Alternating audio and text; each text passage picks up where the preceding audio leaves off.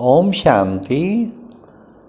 सुनते हैं 23 दिसंबर 87 के अव्यक्त बाप दादा के मधुर महावाक्य।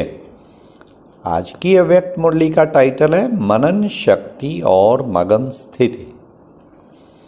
आज की मुरली में बाबा ने हर घड़ी हर दिन कौन से दो उत्साह में बच्चे रहते हैं, फिर बाबा ने बच्चे अमृत वेले से रात्रि तक क्या काम करते हैं, थर्ड आप स्टार्स का स्थूल रूप में क्या यादगार दिखाते हैं, लास्ट बाप दादा वतन में कौन से 3 प्रकार के बच्चे देख रहे थे। तो सारी मुरली आज उत्साह उत्साह, हर वक्त हर घड़ी में उत्साह भरपूर। कोई उमंग उत्साह में रहे, इससे बढ़ के क्या हो, सबसे बड़ा सौभाग्य। चाहे कोई सेवा में नवीनता करके उत्साह, चाहे कोई योग के अच्छे अच्छे टारगेट रख के उत्साह, चाहे कोई बहुत अच्छी ज्ञान की गहराई में जाके उत्साह में रहे, पर मुझे हर समय बड़े उच्च उत्साह में रहना है, ये एक जीवन का लक्ष्य होना चाहिए। तो सुनते हैं 23/12/87 की मुरली, जिस मनन शक्ति और मगन स्थिति। आज डबल ताजधारी, डबल राज्य अधिकारी बनाने वाले बाप विशेष अपने डबल विदेशी बच्चों से मिलन मनाने आए हैं। बाप दादा देख रहे हैं कि चारों ओर के डबल विदेशी स्नेही सहयोगी सदा सेवा के उमंग उत्साह से स्नेह और सेवा दोनों में आगे बढ़ते जा रहे हैं। हर एक के मन में यह उत्साह है कि हमें बाप दादा की प्रत्यक्षता का झंडा लहराना है। हर दिन उत्साह के कारण संगम युग का उत्सव के प्रमाण अनुभव कर उड़ते जा रहे हैं, क्योंकि जहाँ हर समय उत्साह है, कौन कौन सा, वह बड़े ध्यान से सुने। चाहे बाप दादा से याद द्वारा मिलन मनाने का, चाहे सेवा द्वारा प्रत्यक्ष फल प्राप्त होने के अनुभव के उत्साह में, दोनों उत्साह हर घड़ी हर दिन उत्सव का अनुभव कराते हैं। दुनिया के लोग विशेष उत्साह के उत्सव के दिन उत्साह अनुभव करते हैं, दुनिया लेकिन ब्राह्मण आत्माओं के लिए संगम युग ही उत्साह का युग है। हर दिन नया उत्साह, उमंग, उल्लास, उत्साह स्वतः ही अनुभव होता रहता है।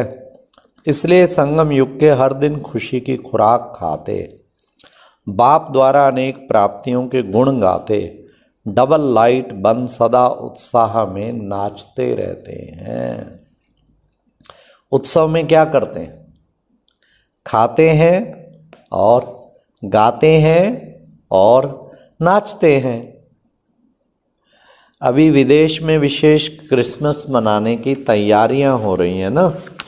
बाबा के सामने विदेशी कुछ बच्चे बैठे हैं, खाना गाना बजाना और नाचना यही करेंगे ना यही करेंगे और मिलन मनाएंगे। आप हर दिन क्या करते हो?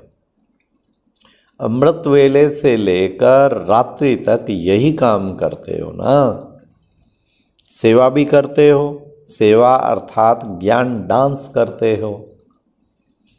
बाप दादा के गुणों के गीत आत्माओं को सुनाते हो, तो रोज उत्सव मनाते हो ना। कोई दिन ऐसा नहीं जो सच्चे ब्राह्मण यह कार्य ना करते हो। संगम युग का हर दिन उत्साह भरे उत्सव का दिन है। वह तो 1-2 दिन मनाते हैं, लेकिन बाप दादा सभी ब्राह्मण बच्चों को ऐसे श्रेष्ठ बनाते हैं, ऐसी गोल्डन गिफ्ट देते हैं जो सदा के लिए संपन्न, सदा भरपूर बन जाते हो।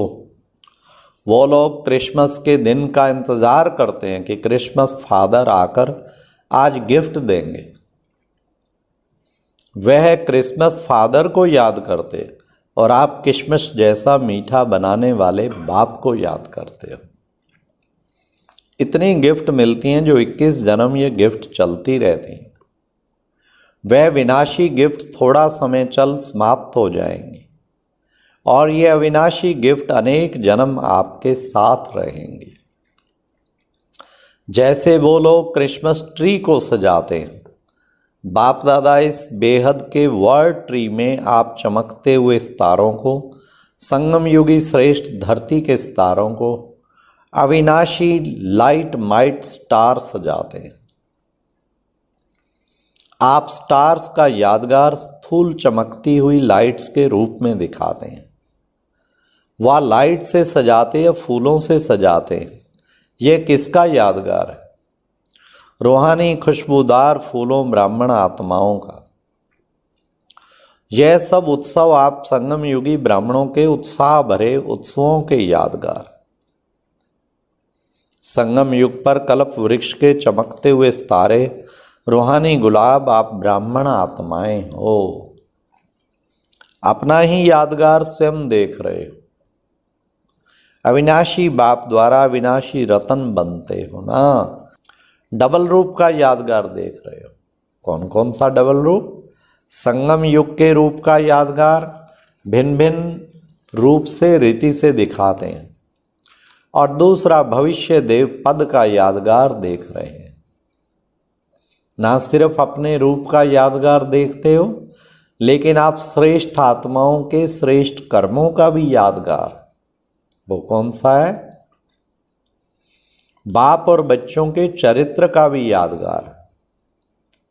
तो अपना यादगार देख सहज याद आ जाता है ना कि हर कल्प हम ऐसी विशेष आत्माएं बनती हैं, बने थे, बने हैं और आगे भी बनते रहेंगे।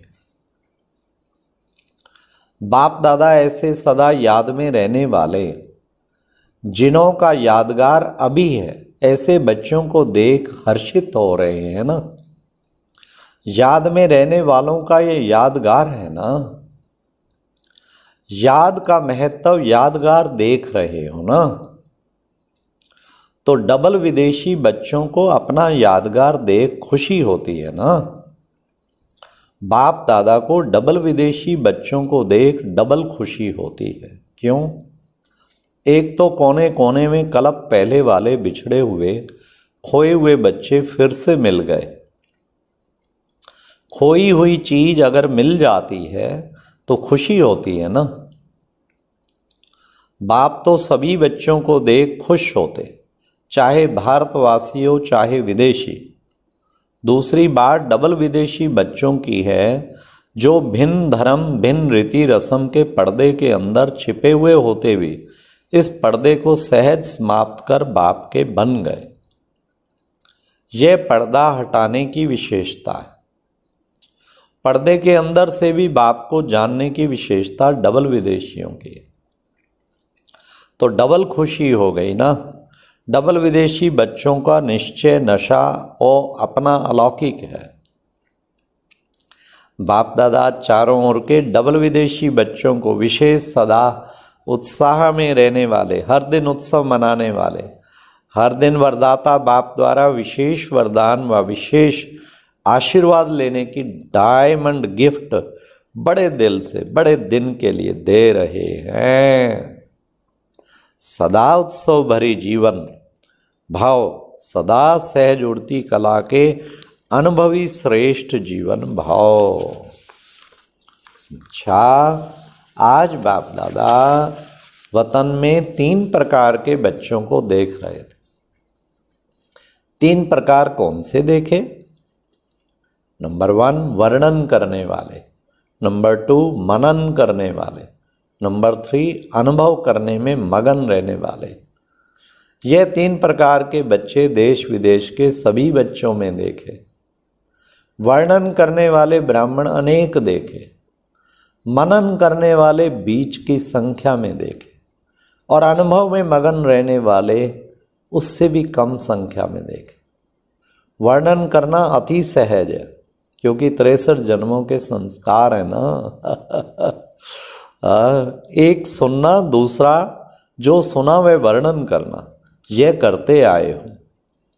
भक्ति मार्ग है ही सुनना या कीर्तन द्वारा प्रार्थना द्वारा वर्णन करना, साथ साथ देहाभिमान में आने के कारण व्यर्थ बोलना, यह पक्के संस्कार रहे हैं।